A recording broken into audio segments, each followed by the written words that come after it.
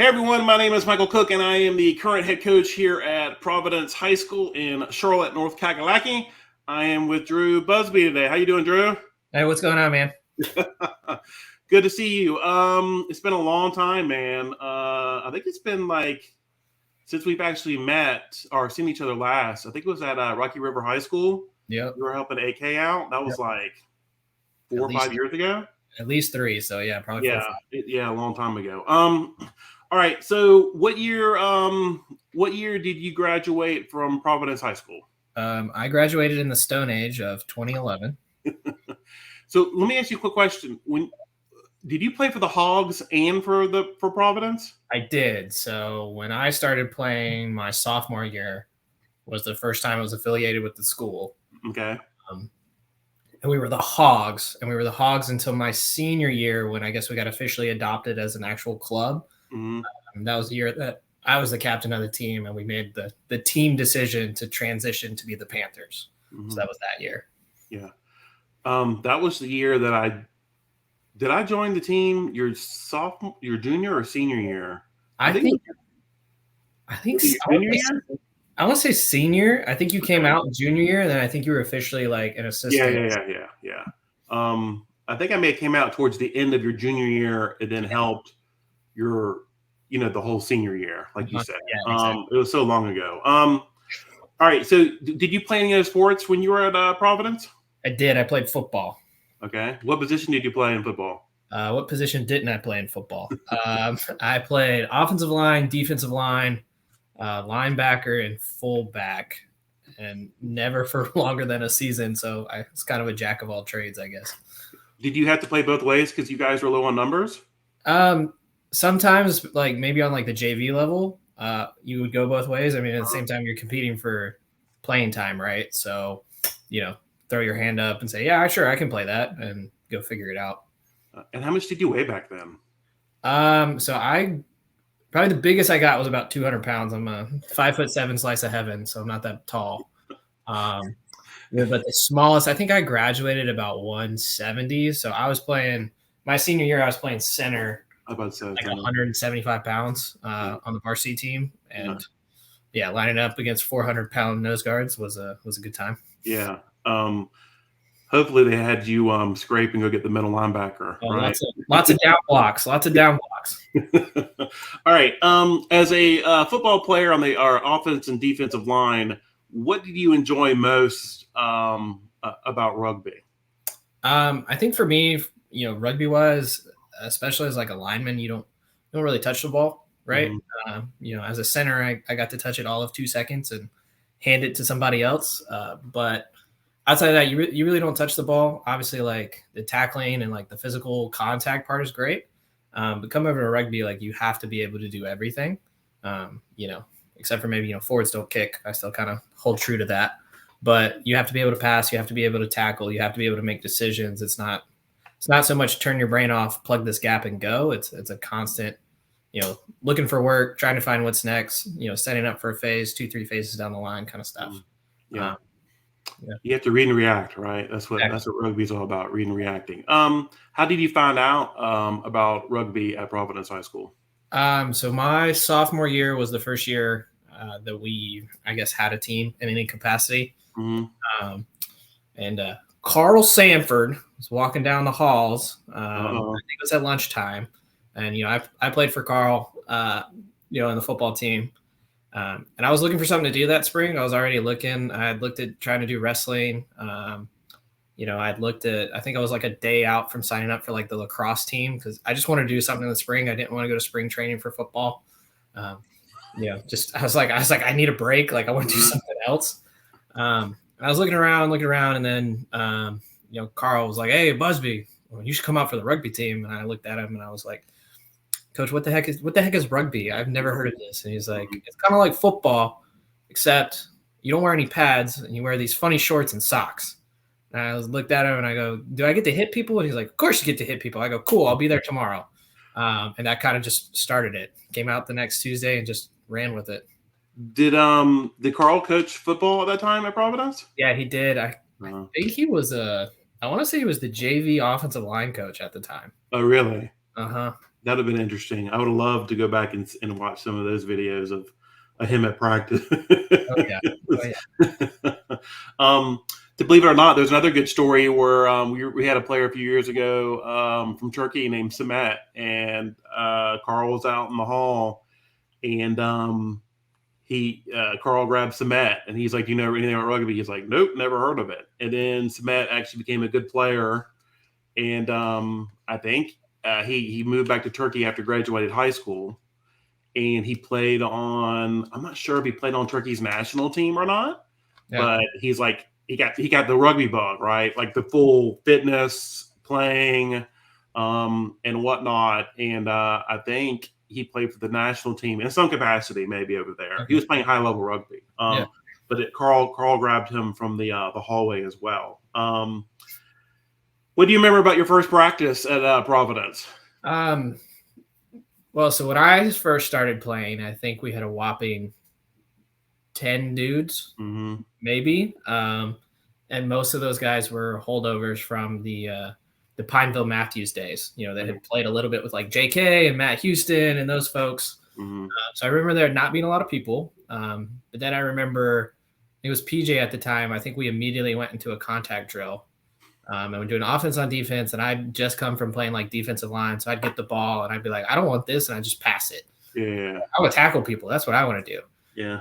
So I remember only thinking I was playing defense, and then all of a sudden having to play offense and figuring that out on the fly was kind of like I don't know what to do. I haven't run with a ball since probably like middle school football, you know? So yeah. Yeah. What I always tell the players, if they don't know what to do with the ball, run forward, dude. Just run forward. Just run forward. Yeah. Don't pass it. Especially what I find funny is that someone like 6'2", 260, right? Doesn't know what to do with the ball. He treats it like it's hot potato. I got to get rid of the ball. Like, no, dude. Go forward with that ball. That's the best thing you can do. When you don't know what to do, go forward. We had a new player at practice yesterday, big, strong kid, and I had to tell him that several times because he got the ball and kind of like froze up, right? What do I do? What do I do? Dude, you don't have to think. Just go forward. Just carry forward. Yeah. What do you remember most about playing? Like when I say Providence rugby, what do you remember most about your time playing and the friendships that you had? Yeah, so I'd probably say like the camaraderie. Especially coming from football and maybe other sports are like this, but I'm going to relate it mostly to football. It tends to be like, yeah, you have your little pockets. You kind of have like cliques of positions, really. Usually, like the offensive line, like offense and defensive line, we'd always go to dinner together, stuff like that. But we would go hang out with like the quarterbacks and wide receivers and those folks, right?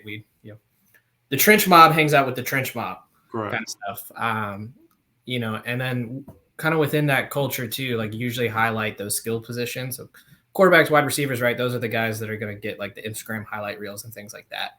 And, typically, especially in the high school level, a football team can get by with one or two really good players, whereas a rugby team, you had to have all 15 players working together. So I think for that, it was a camaraderie. Like we were all friends, like whether we were, on A side, B side, varsity, JV, whatever, however you split it out now. We were all friends. We'd all go to dinner together after games. Like we were always hanging out. We were planning our summers around going to sevens tournaments and stuff like that. So it was always the camaraderie, and it's a lot of those contacts, that I keep. And as I like progress to higher level rugby, that's been the kind of the constant theme is the camaraderie and always being able to find, the boys and hang out and do stuff. I think there's a saying that your rugby mates are the guys that are going to go to your wedding and the guys that are going to go to your funeral, right? Yeah. And so I definitely think that kind of rings true. Yeah, without question, it does. One of the biggest things I hear about people, what they miss in any kind of sport, football, it's the locker room, right? They miss the banter between each other, and rugby is a great way for you to, if you love that kind of friendship, is to extend it even beyond the football season, but our soccer season or whatever. When you go off to college, you still have that. You still have another 4 to 5 years of that camaraderie. Yep. And that's what I don't think a lot of people understand is that you're that locker room, you're taking it to the next level with in the college and university. And some people just don't they don't understand that. Yeah. And that's one reason why we're doing these videos. Yeah. Are you still friends with anyone that you played, any contact with anyone that you played with at Providence? Yeah, I still run into folks. I was at the Armed Forces tournament / Rugby Town this past year. Ran into J.K. Anderson, coach at Nav. Yep. Still talk to Trey Jewett every now and then. Still talk to Jaleel all the time, my adopted brother. I talk to Amro and Chris Millage every now and then. I think Amro still owes me like $20 for gas our senior year. Doesn't surprise me. Yeah. Still talk to all those boys, still run into folks here and there, get Instagram messages, Facebook messages every time, just from people checking in like, hey, how you doing? What are you up to? Stuff like that. So it definitely carries over. Yeah. So after you graduated from Providence, tell me where you went. Did you go to college? I did go to a college. I went to the real USC, the University of South Carolina in Columbia, South Carolina. We were a school before California was a state. I get a lot of flack being in LA saying that, but I'll take that until I die. I went to the University of South Carolina, majored in sport and entertainment management, just like Carl Sanford. Did that, played rugby there, did the ROTC program while I was there, commissioned in the Air Force, and then continued on playing for the Air Force level team. So can you tell me a little bit about the Air Force? This is 7s or 15s or both? So it's a little bit of both. We do both. So I always equate it to Forrest Gump. Forrest Gump played ping pong for the Army. I play rugby for the Air Force. Gotcha. So it's kind of an additional duty, kind of an AFSC or a job. You can have it as a job, but essentially it's application process. You apply. You go try out, you get selected, but we get what's called permissive TDY, so free vacation to go play. So while you're playing, you are on orders, you are being paid to go play rugby. So I like to joke that I'm a professional athlete 1 week at a time. Yes. So it's taking me to cool places. So you go apply, get picked up or whatever. On the team, I've been able to go to Canada, Alaska, travel across the states, Texas, California, Wisconsin, like a whole bunch of places. Probably the coolest place, I got to go on TDY to Fiji and play in Fiji for a week. But that was the experience. It was. We only had 2 Americans on that team. Everyone else was Fijian. I had PO2Y on my team. So that was an interesting thing, and it's kind of different when you're playing with guys you watch on YouTube highlight reels, right? So tell me about your trip to Alaska. So we went up there for Midnight Sevens. Went up there twice. I think 1 year we won the plate, and then the next year we came back, we won the the cup or however you want it. We won the whole thing. But those were interesting because the Air Force sent me to go do it, but it wasn't an official Air Force team, so I was able to do it with some select sides. So I was able to make even more contacts. That way, folks that are from Australia, New Zealand, England, like people going onto the circuit, coming off of the circuit, stuff like that. And now I kind of have like that broader network kind of worldwide to where, I still get messages from some of my Australian friends like, hey, I'm coming to the States. Like, let's grab a beer, stuff like that. So pretty neat. So where are you living now? And do you still play rugby for the local club that's around you? So I'm in LA now. So Los Angeles, not Lower Alabama. I got to make sure I clarify that when you talk to people from the South. I'm actually doing the Space Force stuff now since the transition. I've been playing for Belmont down here. It's in Long Beach. I would say my boots are on the shelf, but I haven't hung them up yet. Simply because I'm going through my MBA program right now. So I'm trying to balance all that out. But I've been playing without a break pretty much since my sophomore year when I picked it up at Providence. Wow. You said without a break? Is that what you said? Yeah, without a break. So it's carried me everywhere. So if folks do the military life or tend to move a lot, like the first thing to do is to Google your local rugby club. And so that's what I did. I went to tech school. I said local rugby club. I was up in Vandenberg. I would drive up to San Luis Obispo, play touch up there. Got my orders to Wyoming, local rugby club, found one in Fort Collins, would drive down there, played with those guys for a couple of years. Came to LA, local rugby club. California's got a lot of rugby clubs. A lot of rugby in California. This rugby club. found Belmont. Been playing for Belmont the last 4 years. So yeah, it's been an adventure. Yeah, cool. All right. Well, here's the biggest question I have for you is that your mother is the faculty advisor over at Audrey Kell. Yep. And when Providence plays Audrey Kell, in your heart, who do you want to win that game? Oh, that's a tough question. You really got to put me on the spot with that one. Yeah, I just want honesty. It's all we're all about here. Is it for like a final or is it just during the season? Just a regular season game. Be honest. Just be honest. Hurts, but I'm gonna have to go with AK. Okay. I'm a mama's boy at heart. I got to, got to. Well, hopefully Susan will see this video, and she can use this video for to show AK students, right, who are interested about playing rugby. This is not just all about Providence. This is all about raising awareness for the whole Charlotte area, to be honest with you, or any school that wants to use it. Exactly. The more folks we get playing rugby, the better North Carolina is going to be for rugby. Yep. Better follow-on opportunities are going to be had for everyone involved. So. Yeah. Well said. Let's end it on that. All right, Drew. Well, I appreciate your time, and thank you for your service. And are you gonna be back for Thanksgiving by chance? I will be back for Christmas, trying to figure out Thanksgiving.